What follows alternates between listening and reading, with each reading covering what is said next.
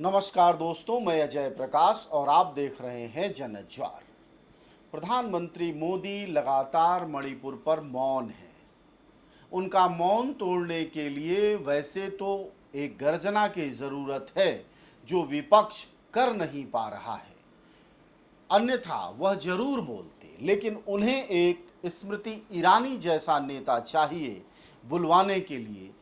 आप इस वीडियो को देखिए और आपको अंदाजा हो जाएगा कि प्रधानमंत्री मोदी असल में मणिपुर पर मौन क्यों नहीं है। माफी मांगो इस देश से, माफी मांगो आदिवासियों से, माफी मांगो औरतों से, माफी मांगो गरीब से, माफी मांगो और शर्म करो। आपने देखा कि किस तरह से गरजते हुए स्मृति ईरानी ने एक समय में विपक्ष के नेताओं से माफी मांगने को कहा था।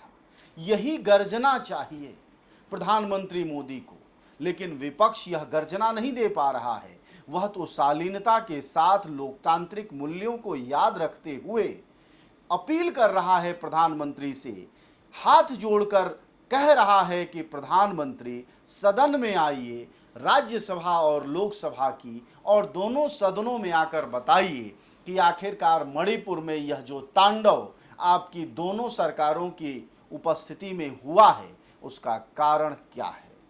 इस बात को बेहद शालीनता से विपक्ष के राज्यसभा में नेता मल्लिकार्जुन खड़गे कहते हैं। जरा सुनिए उनका यह बयान। 4-5 दिन हो गए प्राइम मिनिस्टर आ रहे नहीं और बैठे जगह इसी पार्लियामेंट में अपने ऑफिस में बैठ के सब देखते हैं, लेकिन स्टेटमेंट क्यों नहीं दे रहे।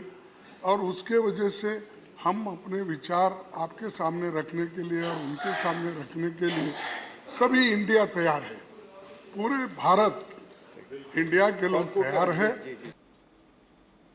मल्लिकार्जुन खड़गे जिस भाषा में बात कर रहे हैं, सोचिए स्मृति ईरानी किस तेवर में बोल रही हैं।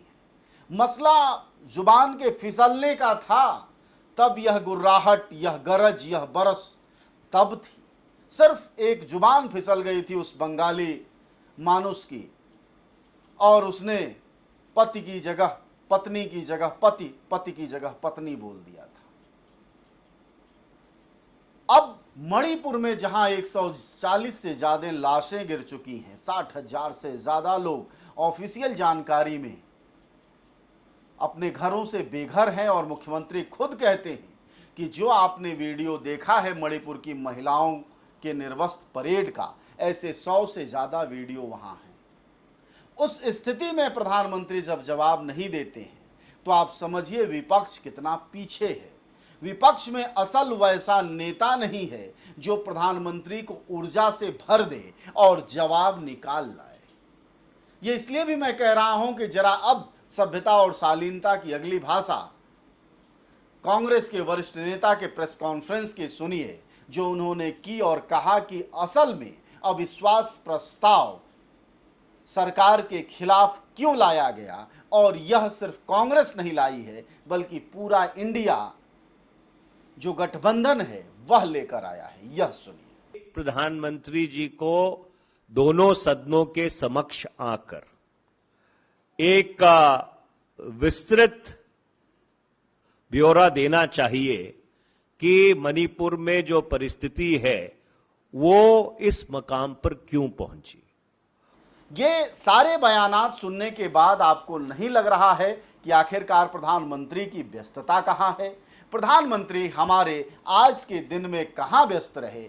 मल्लिकार्जुन खड़गे जब कहते हैं कि 5-6 दिन हो गए प्रधानमंत्री सदन नहीं आए, वह कुछ बोले नहीं, हम सिर्फ उनसे यह कह रहे हैं कि मणिपुर पर महाराज जुबान तो खोलो, अपना मौन व्रत तो तोड़ो और देश को वह सच बताओ कि गृह युद्ध छिड़ा तो छिड़ा कैसे। और अगर मैं आपको कहूं महुआ मोइत्रा के शब्दों में, तो उस पागल को माचिस दिया किसने? जरा सुनिए धारदार यह लाइन, चंद सेकंडों की है महुआ मोइत्रा की।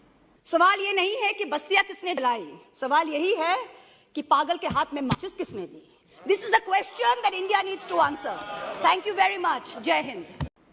जी हां, ऐसा नेता चाहिए इस देश को। स्मृति ईरानी के गरज के मुकाबले यह तार्किक बात बड़ी तगड़ी है, और यह तगड़ी बात प्रधानमंत्री मोदी को अंदर से हिला देती है कि आखिरकार उस पागल को माचिस दिया तो दिया किसने। यह सवाल पूछा जाना चाहिए, लेकिन प्रधानमंत्री जब सदन में आए तब तो पूछा जाए। दोस्तों, आप जरा यह वीडियो देखिए। और असल में जब सदन में विपक्ष यानी इंडिया यह मांग कर रहा था कि प्रधानमंत्री आए और बताएं कि मणिपुर में आग लगाई तो लगाई किसने, माचिस दिया तो दिया किसने। नए आईटीपीओ कॉम्प्लेक्स के पूजन कार्यक्रम में शामिल हुए प्रधानमंत्री नरेंद्र मोदी और निश्चित तौर से वैदिक परंपरा के साथ मंत्रोच्चार के बीच राष्ट्र निर्माण के संकल्प को और ज्यादा मजबूत और प्रगाढ़ करते हुए प्रधानमंत्री नरेंद्र मोदी ने पूजा अर्चना की। इसका जिम्मेदार है तो कौन है? इस जुबान खोलने का उनके पास वक्त इसलिए नहीं था क्योंकि प्रधानमंत्री तो यहां थे। जरा देखिए, अब आपने देखी व्यस्तता उनकी। जब वह प्रधानमंत्री बन जाते हैं उसके बाद वह नॉर्थ ईस्ट को किस रूप में याद रखते हैं, यह इसकी सबसे बड़ी बानगी है। हम आपको थोड़ी देर में वह बानगी भी दिखाएंगे कि जब तक वह प्रधानमंत्री नहीं बनते हैं या अगले चुनाव की तैयारियों की रैलियों में जब जाते हैं तब वह नॉर्थ ईस्ट को क्या कहते हैं। लेकिन दोस्तों, यह समझिए कि प्रधानमंत्री की व्यस्तता कहां है। वह G20 के लिए प्रगति मैदान में उस जगह का उद्घाटन कर रहे हैं जहां की दुनिया के नेताओं का स्वागत होना है। असल में वह नेता विश्व के बन चुके हैं। वह जब एक जुबान बोलते हैं टेलीफोन पर तो यूक्रेन और रूस युद्ध रुक जाता है। वह अपने देश के असल में नेता नहीं रह गए, इसलिए ऐसा हाल है। लेकिन एक बात और, जरा इस वीडियो को देखिए अगले, आपको अंदाजा होगा कि चुनाव से पहले वह नॉर्थ ईस्ट के बारे में क्या ख्याल रखते हैं। भारत जैसे विशाल देश में भी अगर वास्तुशास्त्र के रूप में देखा जाए तो अगर नॉर्थ ईस्ट भर का भला होगा तभी हिंदुस्तान का भला होगा। चुनाव बीतने के बाद राजा की जुबान और चुबान, चुनाव होने से पहले राजा का काम आप सबने देखा। यही लोकतंत्र है। यह लोकतंत्र की मरणसैया का नया रूपक है कि जब नेता चुनाव में होगा तो वह आपके के लिए पलक पावड़े बिछाएगा, और जब वह जीत जाएगा तो वह इंडिया का नेता ही नहीं रह जाएगा, वह दुनिया के डीएनए का नेता हो जाएगा। और यही वजह है कि हमारे प्रधानमंत्री विपक्ष के तमाम मांगों के बाद, तरह तरह के सवालों के बाद भी सदन में उपस्थित नहीं होना चाहते, क्योंकि प्रधानमंत्री को जवाब देना पसंद नहीं है, उन्हें भाषण पसंद है। भाषण वह घंटों का दे सकते हैं, लेकिन जवाब वह एक सेकंड का नहीं दे सकते।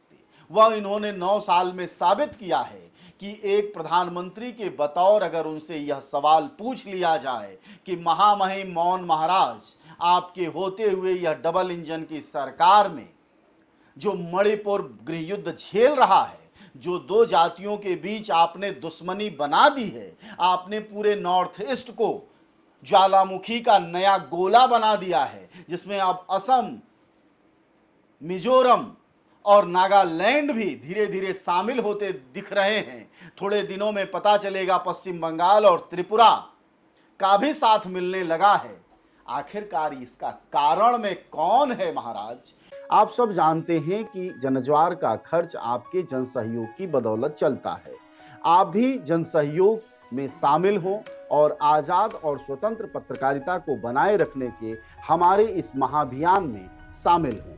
हमें इंतजार रहेगा आपके सहयोग का, क्योंकि आपका सहयोग ही हमारी मजबूती का सबसे ताकतवर रास्ता है। धन्यवाद साथी।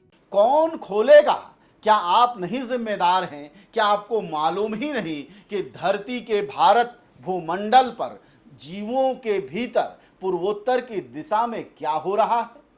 महाराज, इस पर जुबान खोलिए, देश पूछ रहा है। और इसी जुबानबंदी के कारण मणिपुर के सवाल पर प्रधानमंत्री मोदी नहीं उपस्थित हो रहे हैं। और अब जबकि अविश्वास प्रस्ताव आ गया है तो सवाल यह है कि क्या विश्वास दिलाने के लिए भी मोदी देश की जनता को सदन में उपस्थित होकर स्मृति ईरानी के मांगों के हिसाब से देश के सामने को संबोधित करेंगे, देश के सामने माफी मांगेंगे, कहेंगे कि हाँ मैं जिम्मेदार हूं, मेरी वजह से ये कत्लेआम हुआ है। माफी मांगो इस देश से, माफी मांगो आदिवासियों से, माफी मांगो औरतों से, माफी मांगो गरीब से, माफी मांगो और शर्म करो।